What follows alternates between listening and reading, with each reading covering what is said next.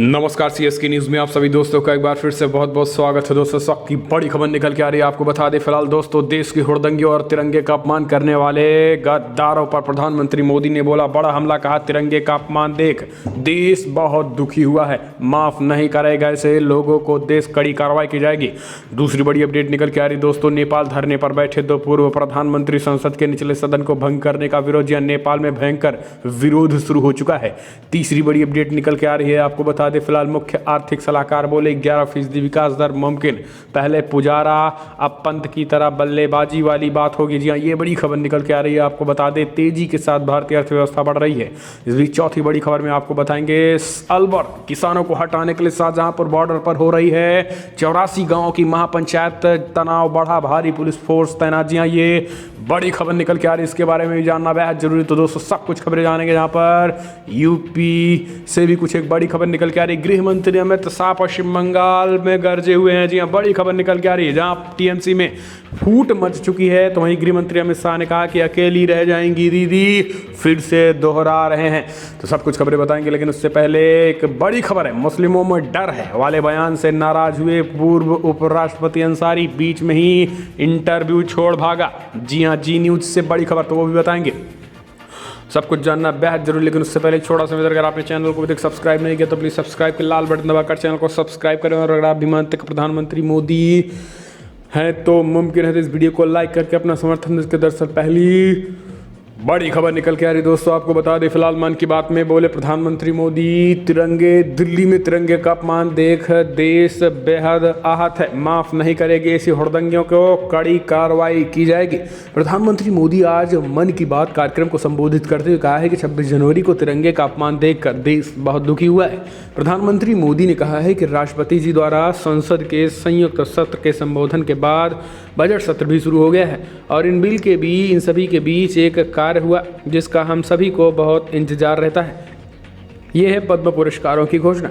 इस साल भी पुरस्कार पाने वालों में वो लोग शामिल हैं जिन्होंने अलग अलग क्षेत्रों में बेहतरीन काम किया है। अपने कामों में किसी का जीवन बदला है तो किसी ने देश को आगे बढ़ाया है। पीएम ने कहा है कि राष्ट्र ने असाधारण कार्य कर रहे लोगों को उनकी उपलब्धियों और मानवता के प्रति उनके योगदान के लिए सम्मानित किया है। इस बीच तिरंगे के अपमान करने पर हुड़दंगियों द्वारा पीएम मोदी ने उस बात पर भी दुख जताया है। पीएम ने कहा है कि आज देश दुखी है। इस महीने जिस तरीके से एक तरफ क्रिकेट की तरफ से खुशी दी गई और देश के तिरंगे के नाम रोशन किया गया, तो वहीं दूसरी तरफ आज जिस तरीके से घटना घटी दिल्ली में, वो बेहद ही ठीक नहीं है, वो निराश करने वाली है। इसलिए इस तरीके की घटनाओं पर रोक लगनी चाहिए और इससे ऐसे लोगों पर कड़ी से कड़ी कार्रवाई की जाएगी।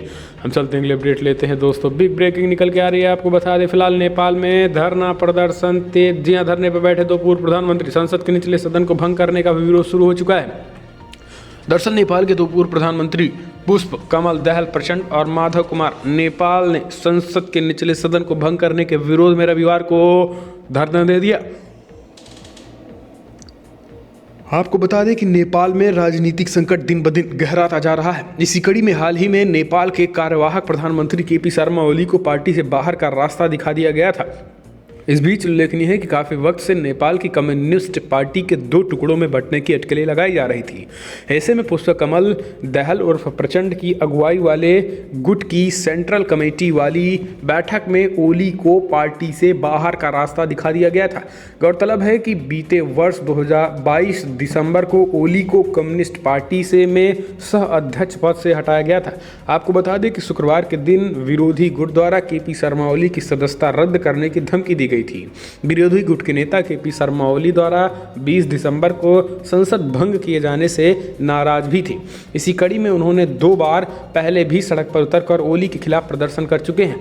तो ये नेपाल में बढ़ रहा है टकराहट। हम चलते हैं, अगले अपडेट लेते हैं दोस्तों। बिग ब्रेकिंग न्यूज निकल के आ रही है। अलवर में हुड़दंगी किसानों के खिलाफ शाहजहांपुर बॉर्डर पर हो रही 84 गाँव की महापंचायत किसानों को हटाने के लिए रणनीति बन रही। तनाव बढ़ गया, भारी पुलिस फोर्स तैनात।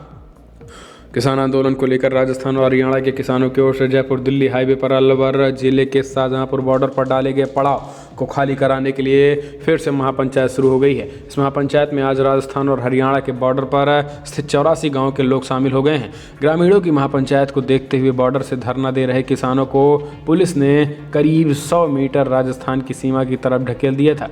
उसके बाद अब पुलिस बॉर्डर के फ्रंट पर खड़ी हो गई है। ग्रामीणों के विरोध के चलते पुलिस ने खुद मोर्चा संभाल लिया है। वहीं स्थानीय ग्रामीणों और किसानों में टकराहट की आशंका बढ़ गई है।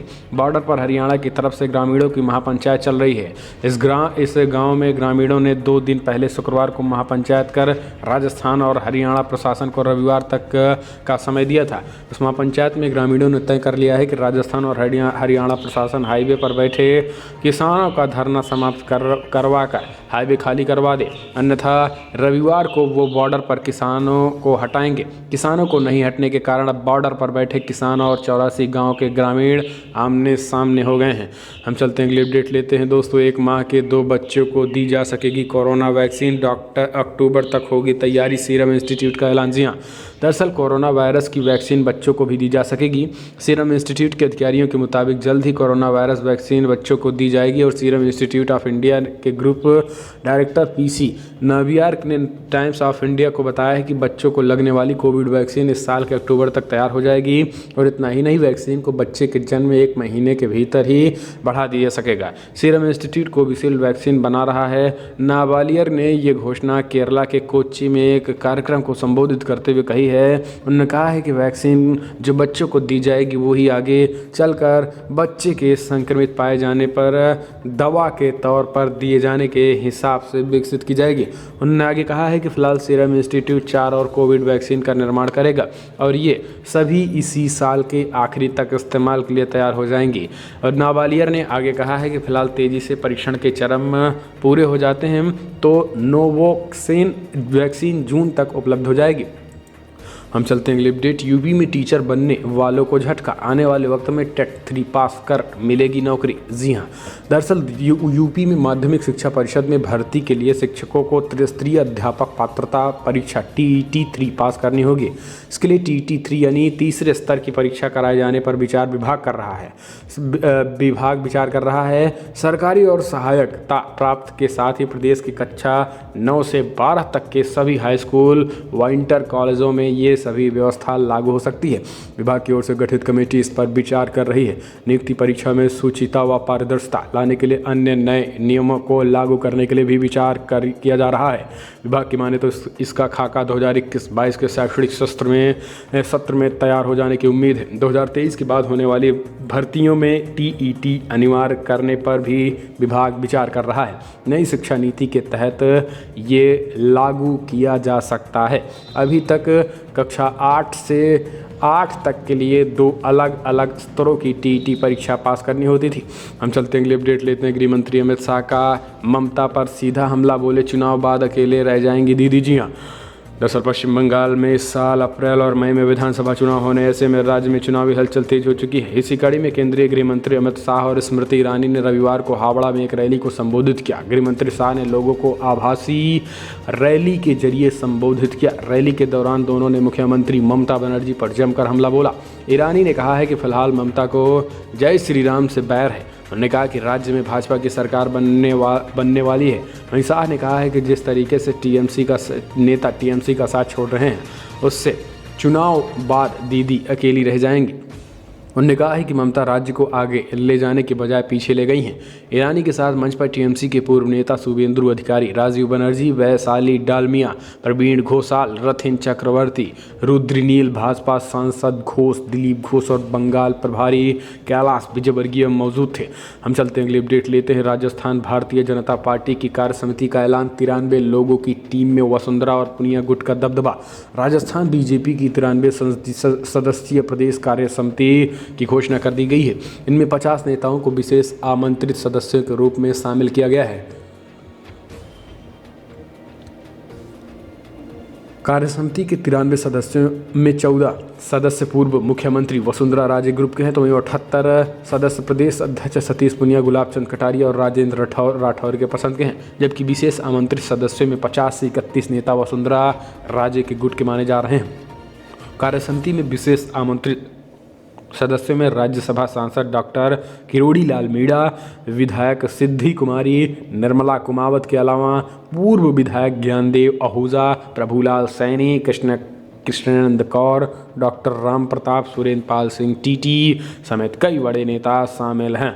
हम चलते हैं अगले अपडेट लेते हैं। आपको बता दें दोस्तों, फिलहाल मुस्लिमों में डर वाले बयान पर नाराज हुए पूर्व उपराष्ट्रपति हामिद अंसारी, इंटरव्यू छोड़ भागे। जी हाँ, दरअसल आपको बता दें कि पूर्व उपराष्ट्रपति हामिद अंसारी ने अपनी नई किताबों को लेकर एक निजी न्यूज़ चैनल को इंटरव्यू दिया। इसमें उन्होंने कहा है कि वो सेकुलरिज्म अब सरकार के शब्दकोश में नहीं है, जो कि 2014 से पहले तक मौजूद था। हालांकि मुस्लिमों में असुरक्षा के अपने बहुचर्चित बयान को लेकर बार बार पूछे जाने पर उन्होंने न केवल एंकर की मानसिकता पर सवाल उठाए, बल्कि बीच में इंटर छोड़ भागे। आपको बता दें, जी न्यूज़ पर शनिवार रात प्रसारित हुए इंटरव्यू में अंसारी ने अपनी किताब में लिखी बात को दोहराते हुए कहा कि आज सरकार के शब्दकोश में सेकुलरिज्म शब्द है ही नहीं। जब उनसे पूछा गया कि क्या 2014 से पहले की सरकार के शब्दकोश में ये था, तो उन्होंने कहा कि हाँ, लेकिन पर्याप्त नहीं है। उन्होंने ये भी आरोप लगाया है कि यूपी में लोगों को धर्म के नाम पर जेल में बंद किया जा रहा है। हामिद अंसारी ने लव जिहाद और 3 तलाक पर बात रखते हुए कहा है कि यूपी में लोगों को बंद किया जा रहा है। 3 तलाक कभी धार्मिक मान्यता प्राप्त नहीं था, वो सामाजिक बुराई थी जिसके खिलाफ कानून बना। ये ठीक है, लेकिन इसे लागू किस तरीके से किया जा रहा है। हम चलते हैं अगले अपडेट लेते हैं दोस्तों। दिल्ली हिंसा के बाद बड़ी खबर निकल के आ रही है। चारों तरफ से बॉर्डर को जाम कर दिया गया, इंटरनेट बंद, दिल्ली जयपुर हाईवे पर लगा लंबा जाम। जी हाँ, दरअसल आपको बता दें, केंद्र सरकार के कृषि कानूनों के खिलाफ दिल्ली की सीमाओं पर बैठे किसानों का आंदोलन जारी है। लेकिन इस बीच आपको बता दें कि जिस तरीके से हुड़दंगियों ने हुड़दंग किया था, और इस बार पूरी तरीके से सरकार और एजेंसियां चौकन्ना हैं। यही कारण है कि किसानों के बॉर्डर को पूरी तरीके से सील कर दिया गया है। सिंधु बॉर्डर से लेकर गाजीपुर बॉर्डर पर तक इंटरनेट भी सेवाएं भी रोक लगा दी गई है। इस वजह से कई जगहों पर लंबे जाम की खबरें भी निकल के आ रही हैं। लेकिन दोस्तों, आपको बता दें कि किसानों को जिस तरीके से खास करके भड़काया जा रहा है, अब सरकार उस दिशा में भी काम कर रही है। हम चलते हैं अपडेट। पाकिस्तानी सेना के जनरल ने स्वीकारा, बलूच आंदोलन को खत्म करना चाह रहा है चाइना। जी हाँ, दरअसल आपको बता दें कि पाकिस्तान सेना के जनरल ने ही स्वीकार किया कि बलूच आंदोलन को चीन करना चाह रहा है। आपको बता दें, ये खुलासा उन्होंने एक इंटरव्यू में किया है कि चाइना किस तरीके से पाकिस्तान में घुस गया है। यानी पाकिस्तान में घुसकर 50% से ज़्यादा चाइना घुस चुका है। यानी इमरान खान जितने निर्णय लेते हैं, उनमें से 50% जो डिसीजन होता है वो कहीं ना कहीं तरीके से चाइना की तरफ से आया होता है। वो कहीं ना कहीं पूरी तरीके से चाइना एक तरीके से इमरान खान को चला रहे हैं। और बलूचिस्तान में भी आंदोलन को कुचलना और आंदोलन के नेताओं को गोली मारकर हत्या करना, वो चाइना की स्ट्रेटजी थी। और चीन ने ही बलूचियों पर जुल्म ढाया है। ये कोई और नहीं बल्कि पाकिस्तान सेना के एक जनरल ने खुलासा किया है, जो उस वक्त बलूचिस्तान में मौजूद थे। हम चलते हैं अपडेट लेते हैं दोस्तों। आपको बता दें, फिलहाल बीसीसीआई के मुखिया सौरभ गांगुली को मिली हॉस्पिटल से छुट्टी। एक ही माह में दूसरी बार हुए एंजियोप्लास्टी। दरअसल भारतीय क्रिकेट टीम की पूर्व कप्तान और बीसीसीआई के अब मौजूदा अध्यक्ष सौरभ गांगुली को आज हॉस्पिटल से छुट्टी मिल गई। सीने में दर्द उठने के बाद उनको 1 माह के बाद 2 बार एंजियोप्लास्टी से गुजरना पड़ा था। अपोलो हॉस्पिटल के डॉक्टर राणा दास गुप्ता ने गांगुली को पूरी तरीके से फिट बताया है। इससे पहले उन्होंने शनिवार को छुट्टी मिलने वाली थी, लेकिन ऐसा हो ना सका। याद हो कि जिन्हें 27 जनवरी को कोलकाता के अपोलो हॉस्पिटल में भर्ती कराया गया था। हम चलते हैं अगले अपडेट लेते हैं। 1 फरवरी से बदल जाएगा यूपी में आरटीओ का कामकाज और ये 13 सेवाएं हो जाएंगी बंद। जी हाँ, दरअसल यूपी परिवहन विभाग अब हाई सिक्योरिटी नंबर प्लेटेड को लेकर सख्ती दिखानी शुरू कर दी है। सोमवार यानी 1 फरवरी से वाहनों पर हाई सिक्योरिटी नंबर प्लेटेड नहीं होने से गाजियाबाद आरटीओ सहित प्रदेश के लगभग सभी परिवहन कार्यालयों में गाड़ियों से जुड़े 13 काम बंद हो जाएंगे।